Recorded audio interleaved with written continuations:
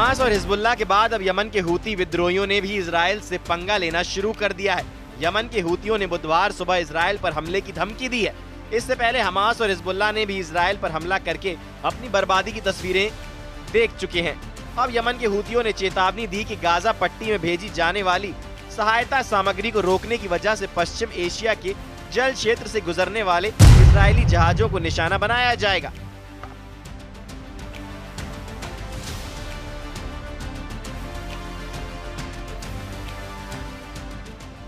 विद्रोहियों ने गाजा पट्टी को सहायता सामग्री भेजने पर लगाई गई रोक को हटाने के लिए इजराइल को 4 दिन का वक्त दिया था। इसके बाद हूती के मानवीय संचालन समन्वय केंद्र ने यह बयान जारी कर इजरायली पोतों को निशाना बनाने की धमकी दी है। हूतियों के बयान में कहा गया है कि हम आशा करते हैं कि यह समझा जाएगा कि द्वारा की गई कार्रवाई उत्पीड़ित फिलिस्तीनी लोगों के प्रति धार्मिक, मानवीय और नैतिक जिम्मेदारी की गहरी भावना से उपजी है और इसका उद्देश्य इजरायली अतिक्रमणकारी इकाई पर गाजा पट्टी की कॉन्फ्रेंस को फिर से खोलने और खाद्य एवं चिकित्सा आपूर्ति सहायता सहित सामग्री के प्रवेश की अनुमति देने के लिए दबाव डालना है। इसने कहा कि जहाजों को लाल सागर, अदन की खाड़ी, बाब अल मंदेब, जल डमरू मध्य और अरब सागर में निशाना बनाया जाएगा। इधर इजराइल ने गाजा में बिजली आपूर्ति पर रोक लगाने का आदेश जारी किया है। प्रधानमंत्री बेंजामिन नेतन्याहू ने हमास पर दबाव बनाने के लिए यह कदम उठाया। ऊर्जा मंत्री एली कोहेन ने वीडियो बयान में इसकी पुष्टि की। हमास ने इस कदम को ब्लैकमेल बताया। इजराइल हमास के साथ भविष्य की बातचीत के लिए तैयार है। हमास पर दबाव बनाने के लिए इजराइल के प्रधानमंत्री बेंजामिन नेतन्याहू ने गाजा में अंधेरा करने का फैसला किया है। रिपोर्ट के मुताबिक इजराइल ने 9 मार्च को गाजा में बिजली की सप्लाई को तुरंत रोकने का आदेश दिया। इसके पीछे कारण यह है कि इजराइल हमास पर बंधकों को जल्द से जल्द रिहा करने का दबाव बनाना चाहता है। बता दें, इजराइल हमास के साथ भविष्य के लिए नए स्तर से बातचीत करने के लिए पूरी तरह से तैयार है।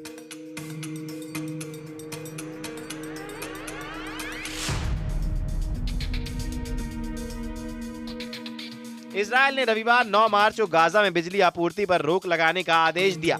इजराइल के ऊर्जा मंत्री एली कोहेन ने एक वीडियो बयान जारी कर कहा, मैंने अभी गाजा पट्टी में बिजली आपूर्ति को रोकने को लेकर आदेश दिया है। इससे पहले इजराइल की ओर से फैसला लिया गया कि हमास के युद्धग्रस्त इलाके में सभी राहत आपूर्तियों को रोक दिया जाए। एक हफ्ते बाद ही इजराइल ने गाजा में बिजली सप्लाई रोकने का फैसला लिया। वहीं हमास ने इजराइल के बिजली कटौती और राहत आपूर्ति पर रोक के आदेश को साफ तौर पर ब्लैकमेल करार दिया है। इजराइल हमास युद्ध विराम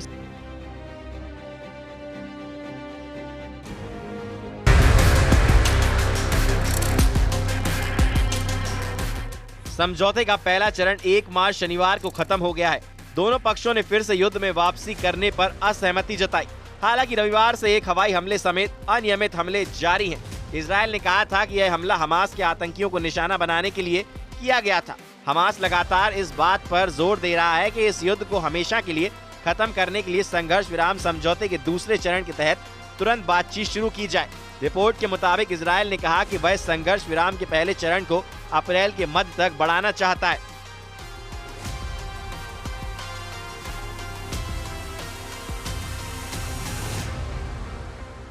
वहीं यमन के हौती समूह ने लाल सागर, अरब सागर, अदन की खाड़ी और बाब अल मंदाब जल डमरू मध्य में इजरायली जहाजों पर हमले फिर से शुरू करने की घोषणा की है।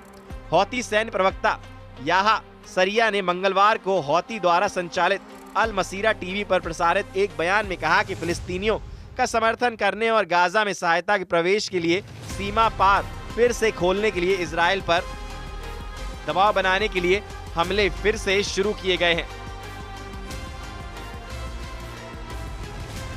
शुक्रवार को हौती नेता अब्दुल मलिक अल हौती ने इजराइल को 4 दिन का अल्टीमेटम जारी किया, जिसमें घेरे गए क्षेत्र में मानवीय सहायता की अनुमति मांगी गई, अन्यथा उनका समूह नौसैनिक हमले फिर से शुरू कर देगा। समाचार एजेंसी ने बताया, इससे पहले अल हौती ने चेतावनी दी थी कि अगर इजराइल गाजा संघर्ष विराम का उल्लंघन करना जारी रखता है तो वे लाल सागर में इजरायली शहरों और इजराइल से जुड़े वाणिज्यिक जहाजों पर हमले फिर से शुरू कर देंगे। एक तरफ अरब देशों में हालात अभी भी खराब नजर आ रहे हैं, खराब हालातों को लेकर अरब देशों के नेताओं ने हाल ही में मिस्र के काहिरा में एक आपातकालीन बैठक आयोजित की थी, जिसमें गाजा पट्टी में पुनः निर्माण कार्यों को लेकर अमेरिकी राष्ट्रपति डोनाल्ड ट्रंप की ओर से पेश किए गए प्रस्ताव पर गंभीरता से विचार विमर्श किया गया था।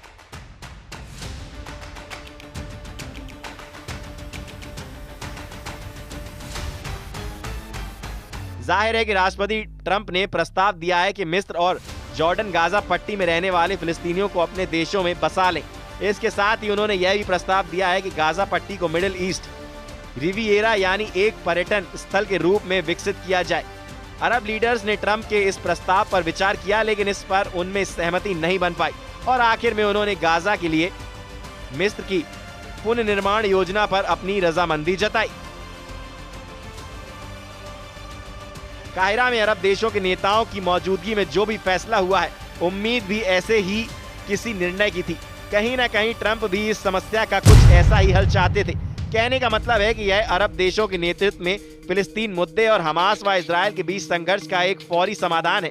गाजा पट्टी में हमास की भूमिका बेहद अहम है और वहां के राजनीतिक भविष्य को निर्धारित करने में और पुनर्निर्माण की कोशिशों के केंद्र में हमास जरूर होना चाहिए।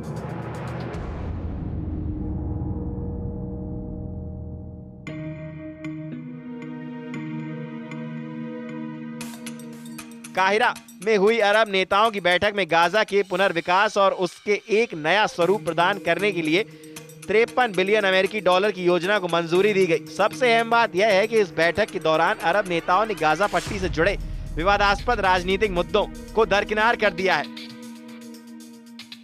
इनमें हमास को गाजा पट्टी का प्रमुख राजनीतिक और सैन्य किरदार मानने एवं इजरायल की सुरक्षा चिंताओं से जुड़े महत्वपूर्ण मुद्दे शामिल थे।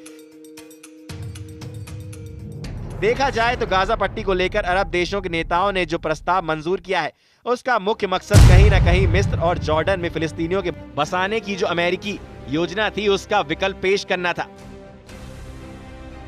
साथ ही अमेरिका के सामने अपनी एकजुटता को प्रदर्शित करना था।